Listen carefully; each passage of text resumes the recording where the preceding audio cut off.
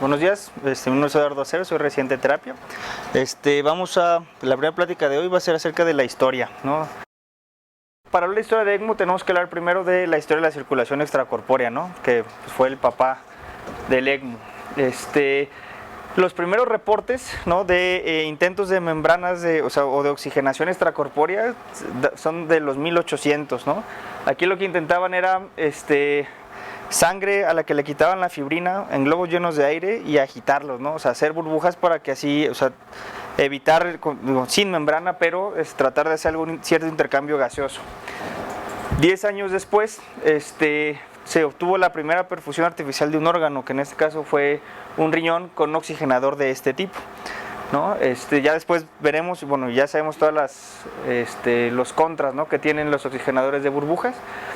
En 1879, ellos dos sacaron el oxigenador extracorpóreo bidimensional, que era, se exponía en un cilindro, ¿no? Metían sangre, una capa delgada, y esta la ponían un poquito inclinada para ir rotando el cilindro, esto para que más sangre tuviera contacto con aire y de esta manera se oxigenara. Uno de los avances más importantes en todo lo que tiene que ver con cirugía de corazón, obviamente circulación extracorpórea y ECMO, es el descubrimiento de la heparina, que fue en 1916, ¿no? Esto hizo que ya todo esto de la circulación extracorpórea fuera una realidad, ¿no? Ya en los 1900, en el 29, en Rusia, hicieron una circulación extracorpórea de un perro, ¿no?, al que no le hicieron nada, o sea, no fue cirugía, no fue nada, nada más fue corroborar que se pudiera mantener un organismo vivo de manera extracorpórea.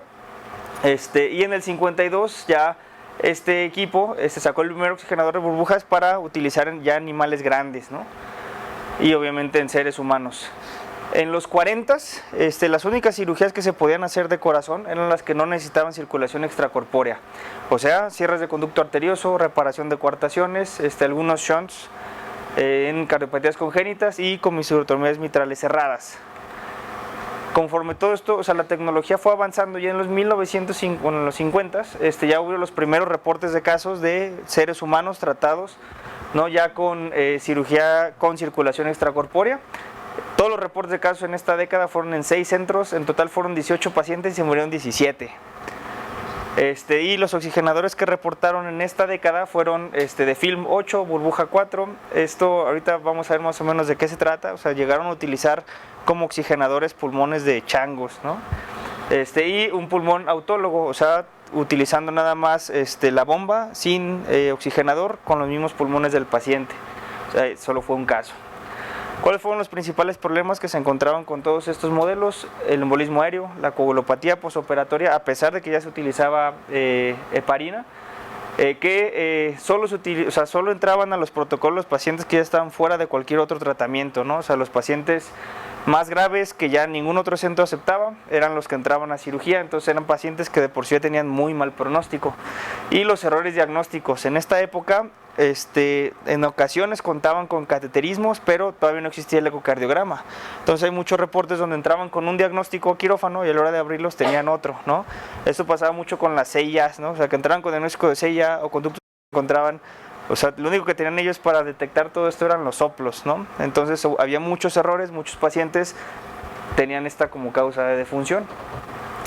La primera máquina reportada, que era el señor que salía en la foto de la portada, era John Gibbon, que se considera el papá de la circulación extracorpórea. Se juntó con ingenieros de IBM, ¿no?, la marca que hacía computadoras en ese entonces. Utilizó la primera bomba de rodillos, que fue la que hizo DeBakey en Houston, que es una bomba de rodillos como la que conocemos, ¿no?, y un oxigenador de film. Ellos lograron hacer que un gato estuviera conectado durante 30 minutos. ¿Cuál fue su principal problema? La hemólisis, ¿no? El primer gato se murió y el diagnóstico fue hemólisis. Ya para el 37, sus gatos, después de la bomba, llegaron a vivir hasta una semana, ¿no? Ya se consideraban éxito. Fue su primera máquina, ¿no? O sea, el modelo 1, llegó a haber modelos 1, 2 y 3. El modelo 1 solo se utilizó en sus gatos. El modelo 2, que fue entre los años 1952 y 53, ya contaba con una superficie de contacto de 8 metros cuadrados, ¿no? O sea, digo, nada que ver con un pulmón humano, nada que ver con las actuales, pero ya era algo razonable. y la bomba ya podía generar un flujo de hasta 5 litros por minuto, ¿no? O sea, ya podía mantener un gasto cardíaco normal, sin contar para nada con el gasto cardíaco del paciente. Y también importante, fue la primera máquina que contó ya con una batería de respaldo. Esta fue la que más utilizó, ¿no?, en todos los protocolos de investigación, y la que más fue pirateada por otros médicos. Y el modelo 3 se utilizó a partir de 1955, pero esa ya no tuvo tanta difusión. Como les platicaba, el modelo 2 fue el bueno, ¿no? El primer paciente fue un niño de 15 meses, eso es lo que les comentaba, ¿no? Entró con diagnóstico de CIA, pero ya en la autopsia, después de la cirugía, que no sobrevivió, el diagnóstico final fue un conducto arterioso persistente. El segundo paciente, esta ya es la paciente famosa, fue una mujer de 18 años con diagnóstico de CIA, que toleró una bomba de 45 minutos y o sea, de forma parcial, y ya de forma total de 26. Bueno, hablando de esta chica, eso como en el 2004 todavía un artículo de Circulation donde hay fotos, ¿no?, de ella celebrando un cumpleaños, ya como, o sea, que se murió de algo que nada tenía que ver con su problema cardíaco. El siguiente como importante es William Mostard, o sea, el mismo de las cirugías de congénitos. A él se le ocurrió utilizar, pues, seres vivos como oxigenadores, ¿no? O sea, los pulmones de otros animales. Entonces, esta es su máquina, todo esto era la bomba, y aquí en esta burbuja se ponía el chango, ¿no? O sea, a respirar, y con eso realizar el intercambio de gases para el paciente. Y pues pueden ver también se utilizaban bulbos de hule, ¿no?, como los que se utilizan para la succión de los bebés. Eso era lo que ejercía la función de bomba. Entonces, él pues, se dedicaba a las cirugías de congénitos. Los primeros 7 casos se murieron, pero después ya los siguientes 21 entre estas fechas tuvo 3 sobrevivientes, ¿no? O sea, 3 pacientes con éxito. El que sigue fue importante, fue el doctor Dodrill en Detroit. Él hizo una alianza comercial ingenieril con el personal de General Motors, ¿no? O sea, la misma marca de automóviles. Y ellos son los que utilizaban el oxigenador del paciente. Es el caso reportado donde no se utilizaba oxigenador extracorpóreo. Ellos únicamente puenteaban el ventrículo derecho o el ventrículo izquierdo, nunca los dos. Lillehei, ese también fue famoso. Cuando empezó a hacer sus trabajos en cuanto a bomba de circulación extracorpórea, él tenía pues fellows, ¿no? Tenía residentes trabajando con él. Uno de sus fellows iba a ser papá, ¿no? Su esposa estaba embarazada. Entonces ahí en el grupo como que consideraron la idea de que pues la mamá estaba funcionando como la bomba del bebé, ¿no? Entonces que probablemente se pudiera hacer que un ser humano fuera la bomba de otro ser humano.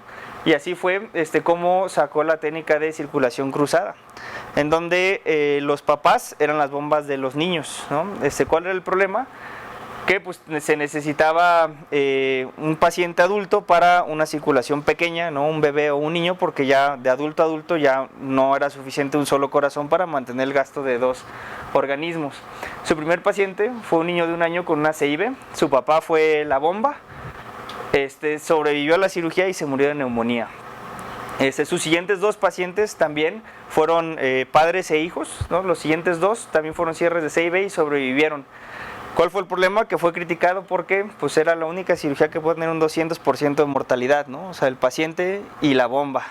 Entonces, por eso no estuvo mucho en uso.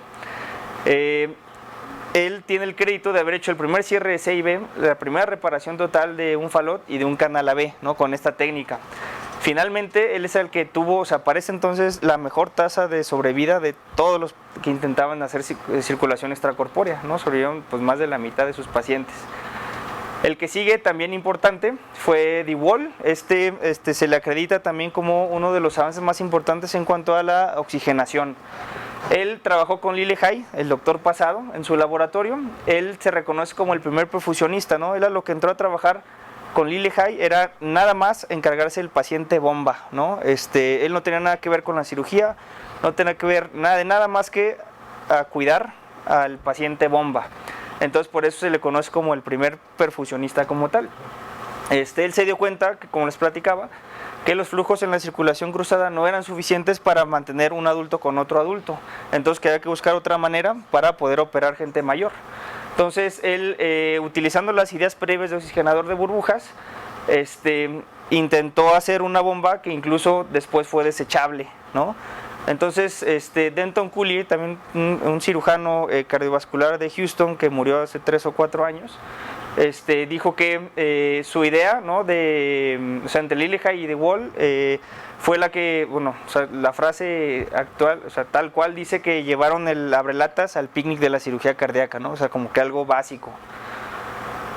Entonces, estos son los modelos. Este es como el primero y este ya es un desechable de la bomba de este doctor. Entonces, aquí lo que pasaba era que en esta, o sea, la sangre salía por acá, se decantaba y esta era como la membrana oxigenadora. Aquí infundían oxígeno libre, ¿no? Y hacían que la sangre burbujeara. Aquí su plan era que por gravedad el aire subiera y la sangre sin burbuja se quedara como abajo, y de ahí poderla sacar para el paciente. ¿Cuál era el problema? Que solo las burbujas grandes eran las que podían sacar de la circulación, ¿no? O sea, las burbujas que tenían 1 o 2 centímetros hasta 5 milímetros, y ya de ahí para abajo, las que no podía ver el ojo humano, las infundían al paciente con todo lo que esto ocasionaba, ¿no? Entonces, importante que fue la primera desechable, ¿no? El que sigue fue Kirklin. Él hizo estancias con todos los doctores previos de los que ya les platiqué. Y sacó en la clínica Mayo su máquina de corazón-pulmón, que fue pues una copia de la máquina de Gibbon, que fue el primer médico del que platicamos. Aquí, ¿cuál era el problema? O sea, que era la máquina más eficiente de ese momento, pero necesitaba 4 técnicos, necesitaba un cuarto donde estaba como toda la maquinaria para mantener nada más la bomba de circulación extracorpórea, entonces también no tuvo mucha utilidad. Eso fue ya en cuanto a las bombas de circulación. Los oxigenadores, como les platicaba, se han utilizado muchos a través del tiempo. Entonces, en el 55 salió el film vertical, las burbujas y un disco rotante. En los 60s ya salió las burbujas con cascarón rígido e intercambiador de calor, o sea, algo ya muy similar a lo que se utiliza actualmente en quirófano. Y en los 80s, como el descubrimiento más grande, fue que se empezaron a utilizar las membranas. Recordemos, todo esto fue en cirugía, ¿no? Entonces, ahora ya vamos a ver qué ha sido lo que ha pasado con ECMO. Con todos los experimentos que vimos en la primera parte de la plática, solo se podía mantener la circulación durante 6 horas. En el 71, Hill fue el que intentó utilizar, más bien utilizó, ¿no? De forma prolongada una máquina corazón-pulmón, ¿no? O sea, fue el primer ECMO. Fue en un paciente con SIRA postraumático y la conducción duró 3 días, ¿no? Y el paciente la toleró. Pues es la foto famosa, ¿no? Esta que sale en todas las pláticas, ¿no? Es el primer paciente que sobrevivió a un ECMO. En el 75 se utilizó el doctor Bartlett, el primer ECMO en una recién nacida, ¿no? En Esperanza. ¿Cuál fue el problema? Que empezó a haber casos aislados y el primer estudio multicéntrico donde comparó ECMO con la terapia convencional, que fue en Estados Unidos, vio que la sobrevida no cambiaba si se utilizaba o no se utilizaba ECMO, y los pacientes seguían muriendo igual el 90%. Eso trajo a que el ECMO cayera mucho en desuso, o sea, pensando en que no ofrecía nada comparado con la terapia convencional en aquel momento. Los doctores Colobou y Gattinoni, ya en el 78, acuñaron la idea de sacar una máquina que solo sirviera para remoción de dióxido de carbono. Esto llevaba a que se pudieran utilizar flujos menores, que se utilizaran nada más. Inicialmente todos los ECMOs eran venoarteriales, ¿no? Era una bomba de circulación extracorpórea de uso prolongado. Ellos sacaron también la idea del ECMO veno-venoso, y vieron que también era menos detrimental que un veno arterial, y ellos ya lograron una supervivencia de casi de la mitad de sus pacientes. Entonces volvieron a revivir la idea del ECMO. También es uno de esos primeros pacientes en los 70s, donde pues esta era la máquina de ECMO, y fue un paciente veno-venoso que también sobrevivió. En el 89 fue que inició la ELSO, ¿no? La sociedad esta que ya todos conocemos en Nueva Orleans, y el primer estudio ya multicéntrico, aleatorizado, etcétera, fue el CESAR en el 2009. Aquí compararon la terapia convencional contra ECMO veno-venoso en pacientes con SIRA. Vieron que los pacientes con ECMO tenían mayor sobrevida y mejor calidad de vida a los 6 meses. Después esto se vino a corroborar, ¿no? Y ya se puso de moda con la pandemia de la influenza, o sea, donde primero se utilizó fue en Australia, ¿no? Comentamos, hay varias, o sea, se han como acuñado varias épocas del ECMO, ¿no? O sea, bueno, 1, 2 y 3 hasta ahorita. La 1 fue donde inició, ¿no? Ya el ECMO 2, que fue, o sea, inició más o menos en el 2009. Todos los avances que vinieron con esta época fue la membrana ya de baja resistencia, que se podía cebar una máquina en 10 minutos a lo mucho, que se contaba ya con un circuito más simple, más pequeño, menos trombogénico. Ya se empezaron a utilizar bombas centrífugas y se empezaron a implantar cánulas ya de forma percutánea, ¿no? O sea, ya no era necesario pasar a quirófano a ponerlas. Esta es más o menos como la diferencia en cuanto a lo que se utilizaba antes en ECMO y las nuevas tendencias, ¿no? Antes, sabemos el paciente con ECMO tenía que estar sedado o paralizado, siempre intubado, con ventilación de descanso, con un especialista en ECMO las 24 horas del día. No se sabía si el paciente requería de reclutamiento pulmonar o no, y con una complicación importante de sangrado de forma habitual. Y ya para la segunda etapa, ya el paciente puede estar despierto, respirando de forma espontánea, puede tener traqueostomía o incluso estar extubado, o CPAP. Ya no es un solo especialista, ya hay un equipo y enfermería de la terapia intensiva. Actualmente ya en cuanto a lo pulmonar es ver cómo responde el paciente, ¿no? O sea, ya no es una terapia, la misma receta para todos. Y pues ya las complicaciones de sangrado han disminuido mucho. Y es como la etapa 3, ¿no? Donde ya pues el ECMO ya es portátil, ¿no? O sea, es un paciente en un elevador, no moviéndose con el aparato, como comentaban también en las pláticas previas. Ya pues hasta en ambulancia se puede llevar para dar incluso RCP con ECMO. Y entonces ya, o sea, como que todo va cambiando, ¿no? Y ya pues como el último hecho histórico de la plática es que pues en días pasados fue la primera colocación por un cardiólogo, ¿no? De forma percutánea de un ECMO, y fue aquí en el instituto en la semana, ¿no? Gracias.